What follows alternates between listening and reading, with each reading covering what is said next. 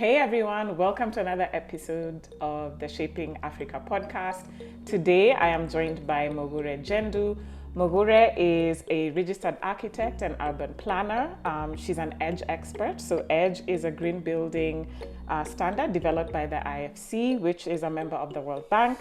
She's a graduate of the Green Tech Entrepreneur Business Program, which focuses on sustainable business solutions to address climate change. She's also a STEM advocate and passionate about climate action.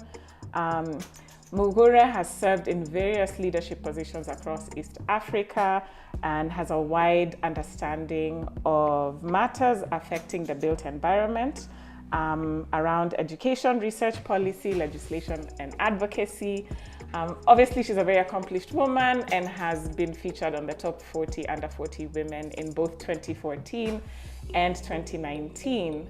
So I'm so honored to have you on the show, Mugure. Karibu sana. Thank you. Yeah. So as you know, this season we are focusing on people who left Kenya, went to the diaspora, and then made a decision to come back. Right. And I've always watched you from a distance and admired your journey. So I thought you would be a great person to interview on the show.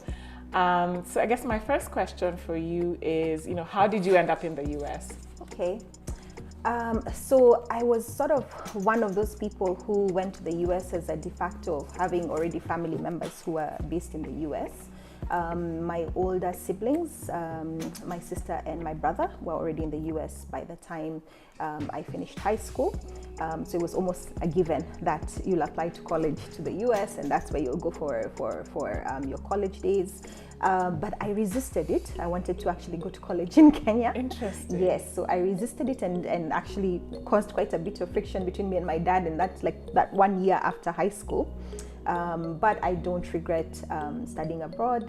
Really, I feel it was a wonderful privilege to have, and it shaped me to be sitting here today. So absolutely, yes, yeah. yes. Okay, and how did you decide to study architecture? So architecture is actually a family business. Interesting. My dad is an architect, so I sort of grew up going to his office, seeing him drafting on a drafting board, going to construction sites with him. So it was something that was sort of exposed to me at a very early stage. My oldest brother actually started off in architecture but changed to engineering. So we always laugh in our family at my dad, you tried 1, 2, 3, 4, and then finally the fourth stuck in architecture. But I generally did have a passion sort of for the artistic, for understanding how things work, because I really do love also how buildings are engineered.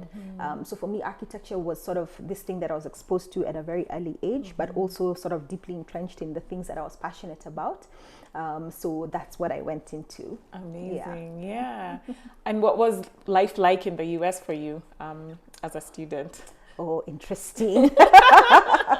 So it's always sort of when I talk about my experiences in the US, sometimes people sort of get shocked because they imagine that you sort of have this experience that's very rosy and sort of without any hiccups.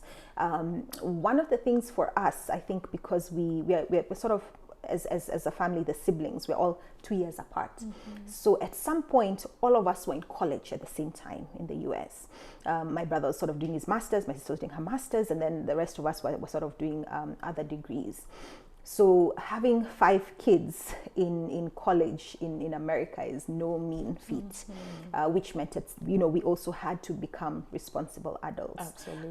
And I remember we actually went to Boston. We went to Boston at the same time with my younger brother, Ken, and we went in, I think it was just before Y2K, it was 1999, that December, that's when we traveled to the US. I was probably just turned 19 and he was actually 17 and maybe a half or so. We literally moved to the US, started college in January and started jobs as well in January. For me 19, him 17 and a half, and sort of going into the this new country, figuring out, you have to sort of pay rent, you have to figure out how to make a living as you go to school, and it was quite sort of a juggle. But the experience, I think, really sort of set us up for understanding the value of hard work. Because I remember at some point during my college days, I was in architecture school, and I was also tutoring students like in the just as an extra side hustle in school. And then I also had an after school job at a call center.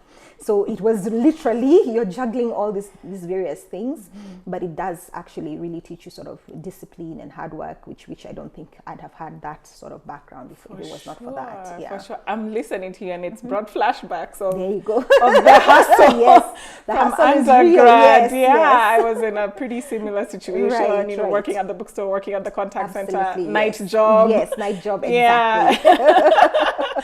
It's a lot. Yes. But I think that period ingrained in us the Exactly. discipline and hard work, just like you said. Absolutely. Yeah. Okay, and then so post undergrad, did you work in the US or did you transition straight into graduate school? Okay, so I worked while I was in my undergraduate school, and then I also worked again as I was doing my master's degree. So I went to school in Boston. I did sort of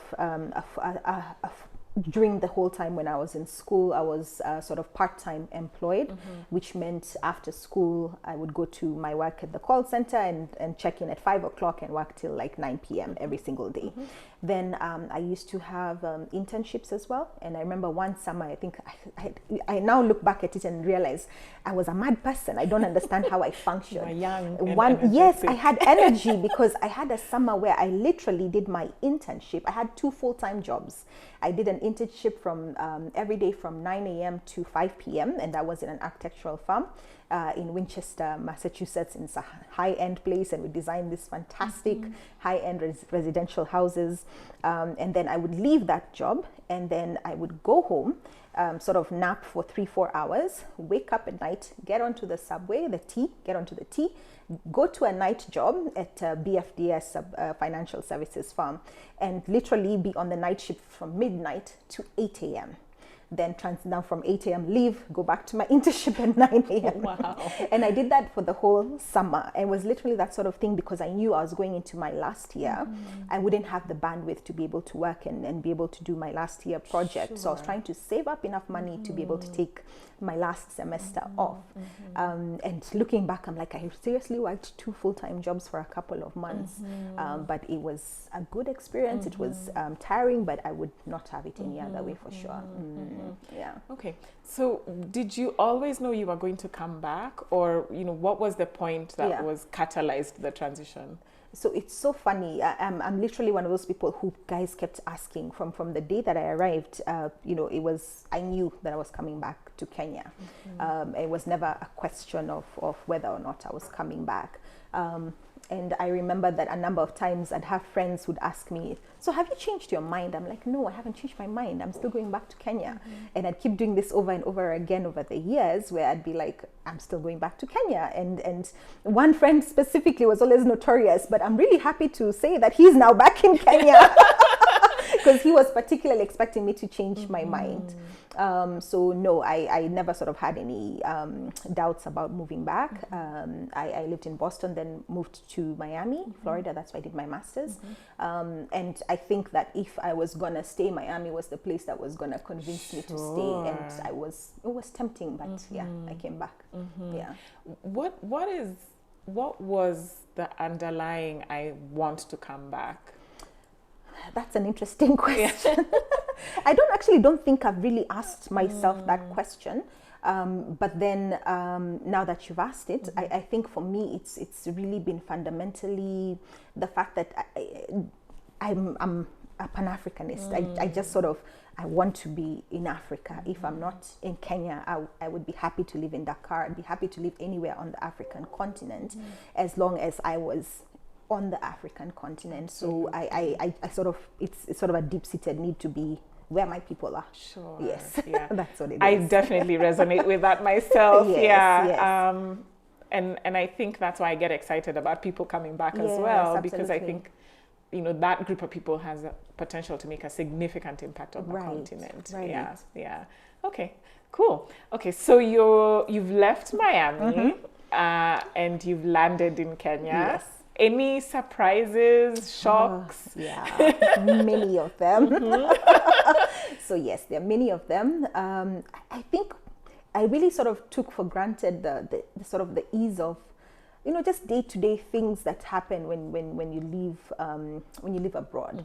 And again, maybe it's also where I was studying, but just in the sense of little things of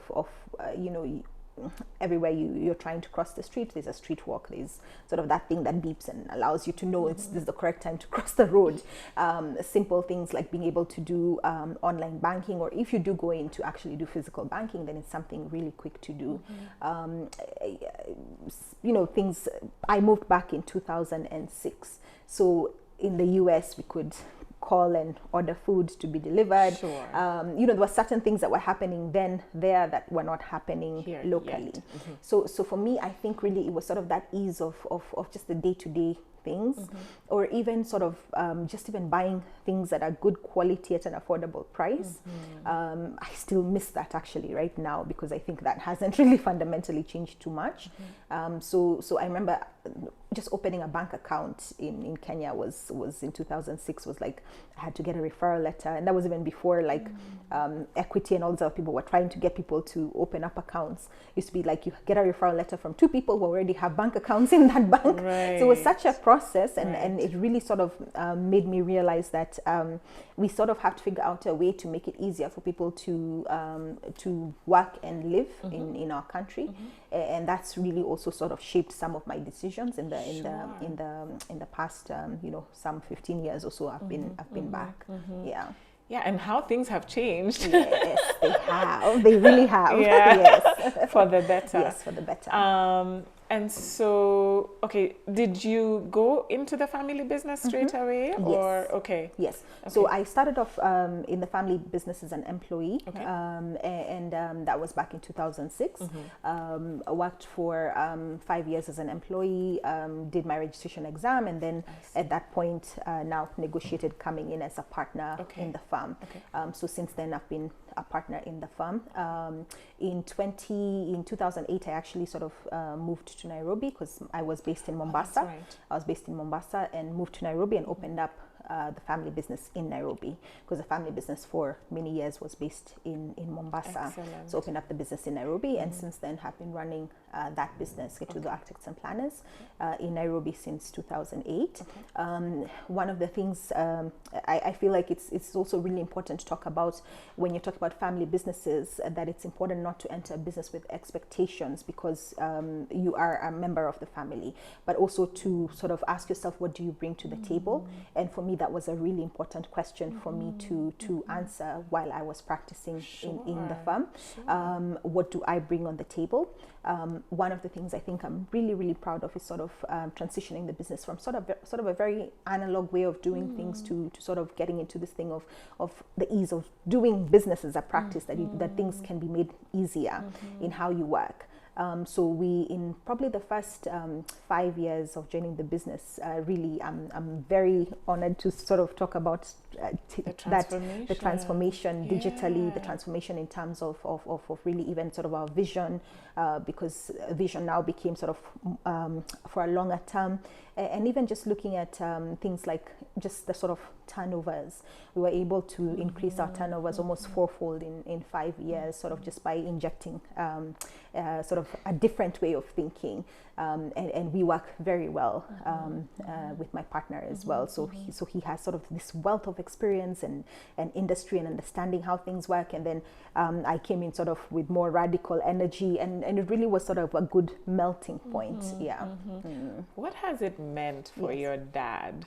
I suppose he's your partner. Yes, it's my partner, yes. To have you in the business, because I've gotten your perspective. I'd love to hear his. I don't know whether I should say what his perspective is. It might not be that great. No, but I think that we have very sort of similar personalities. In addressing things, and there are moments where you do disagree, but we tend to sort of pull back from a disagreement and sort of come back to the table with a refreshed mind. But because we have a similar way of thinking, we don't end up clashing often. He has, he has really valued my input and what I bring to the table over the years, which of course in the beginning stages is sort of that rough of this is my child, and that dynamic of child and parent, but over the years it has sort of gone into a really good flow of understanding the value of what I'm able to bring to the table. And I, on the other hand, of course, sort of have this deep respect for the amount of information that he holds because of being in the practice for 40 years. Correct. So we work very well together, and also it's a very good dynamic. Correct. Yeah. I mean, that's such a good story, Mugure, because I think also for a lot of, well, some people in the diaspora, they may have family-owned businesses that need that injection of vision and new energy. Right. And I think your story is really important for that group who may be on the fence about coming back and jumping into their family-owned businesses. Right. But I think they could add a lot of value in that way. Exactly. Yeah. I completely agree with you. I really think that, if we're able to sort of come into it with a perspective that everybody has something that they can bring to the table, and just because you have different experiences, you shouldn't negate other people's experiences. Absolutely. It's a really good starting point. Yeah. Okay. And so how did you end up as the chairperson of the Architectural Association of Kenya? Oh, wow. What was your journey? Okay, so I think I talked a little bit about how hard it was to sort of get into doing your day-to-day living and your day-to-day business. What maybe I didn't touch on is one of the early things I realized is because I had worked in the US in some architectural firms, interning in Boston, and then when I was doing my master's, I worked full-time for an architectural firm in Coral Gables in Florida.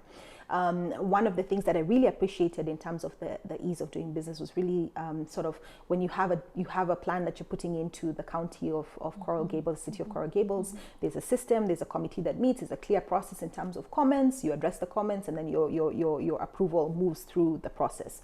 One of the struggles I had coming back was really a lot of ambiguity around, especially a lot of these things that are sort of public approval processes, and ambiguity is where corruption thrives. And for me, I remember being very frustrated. We had put in something really small at the county of Mombasa, and it was like it took us forever to sort of get through systems and processes. And really, it was sort of a difficult space to do business in. And over the years, it has really improved. And I can say, I think I moved to Kenya in a really fantastic time in terms of the sort of transitional change to a government that sort of was very strong economically and made a lot of policies and decisions that helped the Kenyan economy. So it was a good time to thrive in that industry. But because I had those challenges, it for me, it was a natural progression that yes, I could be in my office and complain about these things that are difficult to do. Or I could perhaps pursue things that I could do on a day-to-day basis outside of the office as well, that could be impactful, not just to my business, but to everybody else who's doing this on a day-to-day business. And that was really my sort of transition into leadership in the built environment. Okay. Yeah. Okay. What was your biggest challenge that you had to overcome? Oh, wow. Okay. So that one is a very good question, especially because I served as president during COVID-19. So I think obviously the whole COVID pandemic was certainly sort of the biggest thing, in the micro scale at AAK, but it was the world over. It was pretty much everywhere, a global pandemic. But for me, I feel there was sort of this how do you give hope to professionals who are all suddenly, there's a lockdown, construction sites are closed, no more billable time for us. You have businesses a lot of small businesses, especially what we call mom and pops businesses, don't have sort of any type of risk mitigation planning, don't have continuity plans in case of anything. So it was really sort of a pivot point for me as a leader that yes, there's the stuff that we deal with day to day, but faced with a crisis that none of us saw coming, how do we also ensure that our membership sort of gets the needed skills to be able to get past this? How do we ensure our membership also sort of has access to finance if they need to get the finance? How does our membership just also get a sense of hope that the association is sort of keeping up to date and there for them in the day-to-day activities? So that sort of had, and while I was thinking about that at that level, I was also thinking about it in my business as well. Yeah. In my business as well. So it provided an opportunity, a very good opportunity to sort of provide the skills that a number of professionals had not really thought about. We had various sessions around what remote working is, how to make it most productive for you and for your team. How do you manage a site, remotely if you need to, because we also have a lot of senior professionals who could not be out there on the field. We did some sessions around risk planning for your company. We did some sessions around continuity. So we really sort of pivoted and started addressing these things that we should have been addressing all along. That's true. Yeah, but the pandemic really sort of put a lot of things, in focus. Yeah, absolutely. Wow. Yeah. So, okay. Yeah. And as you think about, the architecture field going forward, based on, a lot of sectors have been really shifted by COVID-19. What's the outlook for architecture going forward from your perspective? So architecture is like really one of those professionals that is here to stay. I think as long as people need shelter, then you're going to need people to design shelter for you. Just similar to healthcare, there's some professions that are there to stay. However, what we really learned also during this time is that you do have to sort of be ready for change at the most unexpected times. Particularly, just look at the market. You have sort of massive square meters of commercial space that is empty because companies are now remotely working. Absolutely. So where you would have projected that you'd sort of have been in this space where you have this sort of vibrant commercial clients, that sort of pulled back, and there isn't as much spending in that space as there used to be. But again, I don't see these sort of trajectory lasting forever. I think that the industry will recover. But I do think it provided an opportunity for us as professionals to figure out, one, what are you passionate about in this field of the built environment, and what perhaps can you provide to a market that's constantly changing. And it did the same thing for me as well, which is really, I've always sort of been very passionate about climate action. I'm one of those people, like, even in college, if we're protesting something, let's go, I'm there. Right. Yes. Well, we're protesting, who's cutting trees? I'm that person. Yes. So it sort of also made me think back, sort of come back to my natural setting, which is really a focus on green building design and measurability of green buildings, because as we're saying, I'll talk about green building design. How do you measure that this is a green building? Sure. Yes, and that's really been my refocus in the last couple of years. Okay. Yeah. Okay. Wow. Okay. It's interesting to hear you say that, this season has brought you closer back to your roots and like more focused on climate action and green building. Yes. Yeah. I think it's forced all of us to rethink. I know. When we're sitting in our houses, I'm like, yeah. What's this all about? Yes. Yeah. Okay. So I think we can talk about another passion of yours. Sure. I know you founded Little Einsteins because of your passion for STEM. Yes. But maybe you can kind of talk us through the founding process and how it all came together. Sure, no problem. So I always tell the story of Little Einsteins the same way.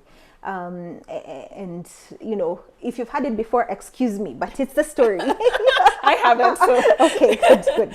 So I went to Kenya High School. Yes.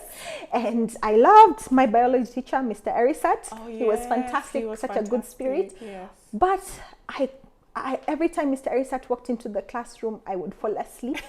Then I would wake up when he walks out of the class. Very gentle soul. Yes, he's a very gentle soul. And it was not him as a personality, because he was fantastic, but it was the way we were taught science. We were really taught science as very theoretical.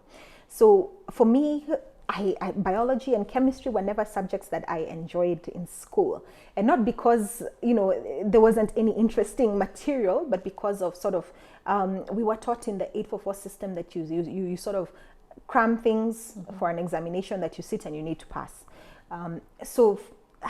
As a mom, I have 2 kids, excuse me, Kavi and Sembi. And for me as a mom, I really wanted to provide them with a different experience, because one of the things that I feel about STEM, and actually for Little Einsteins now we're moving more into STEAM, which is really the interaction of STEM and the arts.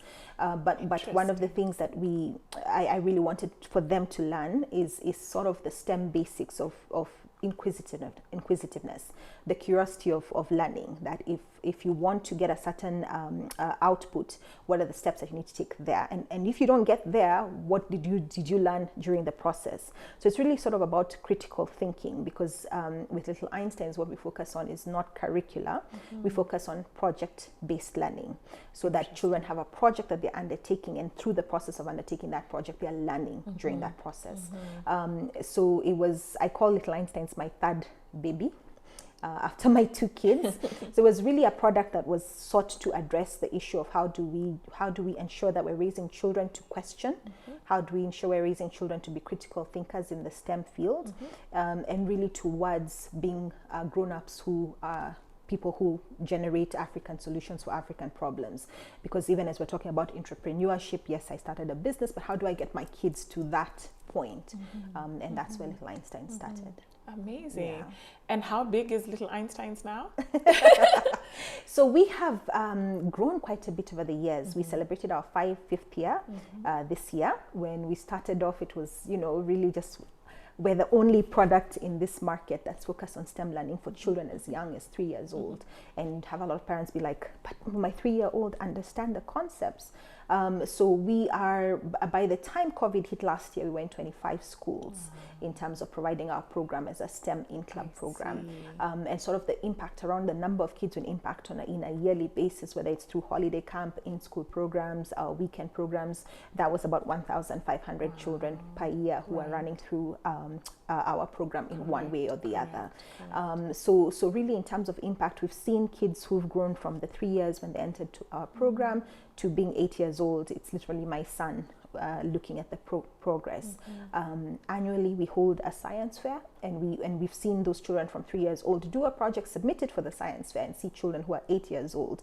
The last project I believe like he and his team produced was a security system, an electronic security system that was coded using Scratch to I was learning as they were explaining the whole thing, and really just what it provided for. We asked them to answer problems in their communities, and you can see these children feel security is a problem in their community, and responded by creating a project that was related to the problem in their community. So another one was a water filtration system. Again, kids who are in sort of water that's coming in is smelling, or it's not dirty, it's dirty or something of the sort, and really you see the kids come up with a water filtration system. So seeing the impact we're having on kids is really the value of the business 5 years in. I mean, Mugure, as you're talking, I'm like, you're such a change maker. You're not those people that sit on the sidelines and wait for someone to, or like, why don't we have a STEM? Yes. Or like, why isn't our approval process working? Where do you think that comes from? That's a good question.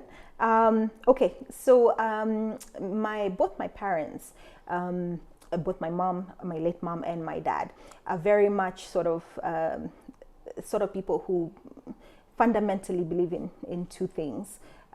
One is just respect people, be respectful to everyone that you meet and people that you engage with.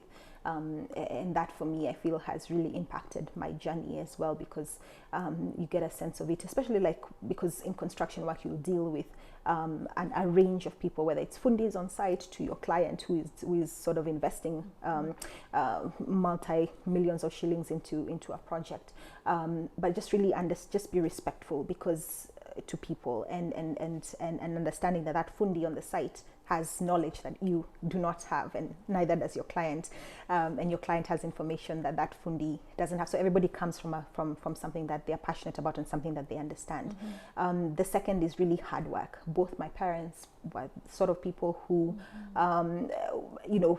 came, just were hard workers, and literally built businesses and built their family from sort of being raised in Moranga from a very rural sort of setting, and really sort of building themselves up into professionals who had children that they took to college, did multiple degrees. So they're really very much entrenched in hard work, that there's no replacement for hard work.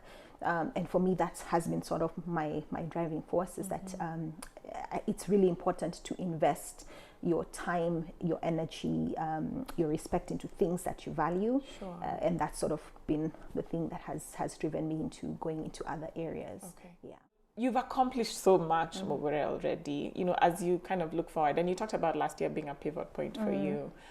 What are some of the things that you're prioritizing, both with your work in architecture and Little Einsteins? Okay, all right. So I think sometimes when you say that we've accomplished a lot, I really don't like. I'm sort of, I acknowledge the things that I've done, but I also feel like there's so much more that I could do, and even so much more that I could learn. So, for example, this year is actually the year I got my EDGE certification. Correct. And yes, I've been in practice for 15 years and literally sat through learning and an exam and sort of going into the space of being a learner again. And I remember as I was doing that, I was like, oh my gosh, I'm not equipped to learn, to get back into a classroom. But sort of doing that course also really opened up that learning really doesn't stop. So for me, really, the next steps is really sort of cementing into this into the green building space. Our firm, which is Gituzo Architects and Planners, or GAPL Kenya, we are really focused around green building design. So any project that we take in as a company now, we are focused on getting it as an EDGE certified project, ensuring that whenever we are putting out into the market is something that is good for the environment. We believe that good design is good business, and it's not something that requires too much investment in terms of design, or even in terms of the other services and elements that you need to put into a building. So as a company, we are also we are only doing green building projects. We're only doing green building projects, and we're only doing green building consultancy for other firms as well. Additionally, we are also quite a bit in the research space, where we've been researching sustainable building methods and models. We have been researching a sustainable tiny house, which we're doing in-house. We're looking at getting this into sort of a prototype stage, so that we can develop this actually for the market. Again, still firmly into moving into the green building space and focusing on everything that we are doing being good for the environment.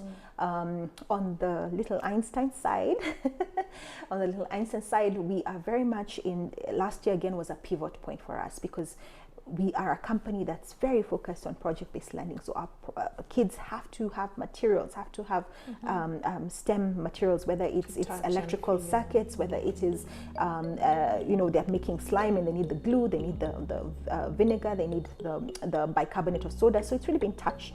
The way the kids learn is touch and feel. Last year was the year of not touching, not being in spaces where we were even exposing our children to that. So what that has caused us to do as a company is really also to rethink our business model as well. We pivoted into teaching online coding. We're also teaching robotics as well. And we're really moving, as mentioned earlier, into the integration of arts into STEM.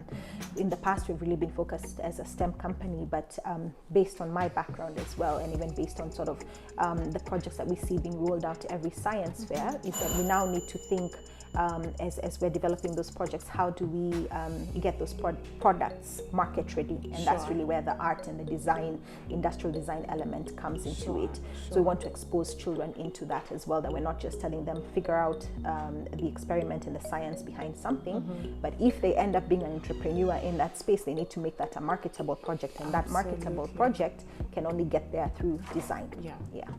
Okay. Wow, I just want to commend you for even the fact that you went for the EDGE certification, and like it speaks to how much we all have to evolve. And I think that's a key factor for anyone wanting to move back, is to not be so set in their ways and to be ready to constantly invest in themselves, to evolve, to keep learning. And to manage expectations, And to right? manage expectations. To manage expectations, yeah. And to respond when the market kind of drives things in a different direction than you had anticipated. Yeah. Okay. Well, I just want to thank you so much, Mugure, for taking time to be here today and to share your story. It's been really great to be here. Yeah. Yes. And I can't wait to see everything that you accomplish with green building. Thank you. And I wish you all the best. Thank you so much. All right. Thank you, Mugure. Thank you. All right. Cheers.